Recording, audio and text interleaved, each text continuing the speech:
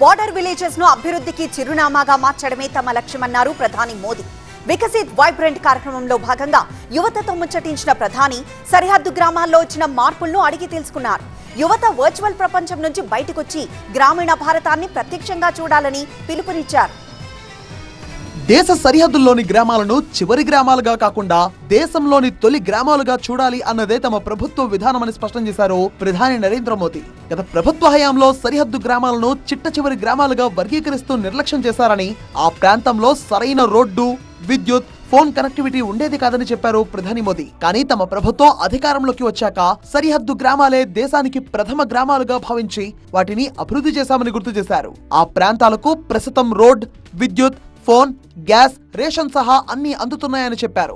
రైతుల ఉత్పత్తులు మార్కెట్లకు చేరుతున్నాయని, రోజువారీ కార్యక్రమాలు నాన్ స్టాప్ గా ముందుకు సాగుతున్నాయని వివరించారు. దేశాన్ని అర్థం చేసుకోవాలంటే యువత వర్చువల్ ప్రపంచం నుంచి బయటకు వచ్చి గ్రామాలకు వెళ్లాలని పిలుపునిచ్చారు. ఈ సందర్భంగా హిమాచల్ ప్రదేశ్ లోని సరిహద్దు ప్రాంతమైన చాంగోతో తనకున్న అనుబంధాన్ని ప్రధాని మోదీ గుర్తు చేసుకున్నారు. ప్రతి దీపావళికి సరిహద్దుల్లో విధులు నిర్వహిస్తున్న సైనికులను కలవడం తనకు ఆనవాయితీ అని 2016 దీపావళి సందర్భంగా చాంగో ప్రాంతాన్ని సందర్శించినట్టుగా చెప్పారు. సరిహద్దు గ్రామాల్లో నివసించే ప్రజలు తమ సొంత ప్రయోజనం కంటే దేశ ప్రయోజనమే ముఖ్యమని భావిస్తారని చెప్పారు. సరిహద్దుల్లో ఎన్ని కఠిన పరిస్థితులు ఉన్నా సరే దేశభక్తి విషయంలో రాజీ పడరని తెలిపారు. हर कठिनाई के बावजूद सीमावर्ती गांवों के लोग देशभक्ति को पल प्रतिपल जीते हैं.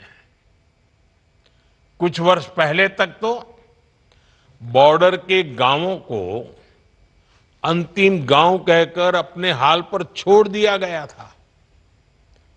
इन गांवों में सड़क, बिजली, पानी, स्कूल, अस्पताल, ऐसी हर बेसिक सुविधाओं का अभाव था. कि ऐसी परिस्थितियों में भी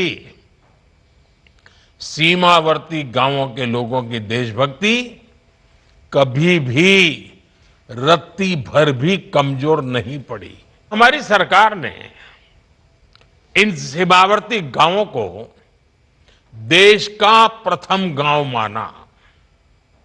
वो प्रथम गांव जहां सुबह की पहली किरण भारत का अभिवादन करती है.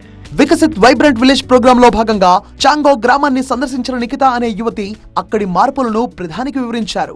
గతంతో పోలిస్తే చాంగోలో మౌలిక వసతులు గణనీయంగా మెరుగుపడ్డాయని స్థానికులు తనతో చెప్పినట్టుగా వివరించారు. యూపీకి చెందిన సోని తాను హిమాచల్ ప్రదేశ్ లోని స్పితి వ్యాలీ సందర్శించిన సందర్భంగా ఎదురైన అనుభవాలను, చిత్తూరుకు చెందిన భవ్యకు ఉత్తరాఖండ్ హర్షిల్ లోయలో ఎదురైన జ్ఞాపకాలను ప్రధాని మోదీతో పంచుకున్నారు. అలాగే అండమాన్ నికోబార్ కు చెందిన సైంతిక లదాఖ్ లో పర్యటించిన అనుభవాలను ప్రధానికి వివరించారు. మై భారత్ ఆధ్వర్యంలో చేపట్టిన Viksit vibrant village programme June 4 నుంచి జూన్ 30 వరకు 2 దశల్లో జరిగింది. లడాక్, హిమాచల్ ప్రదేశ్, ఉత్తరాఖండ్ లోని 74 సరిహద్దు గ్రామాలను ఈ కార్యక్రమం కవర్ చేసింది.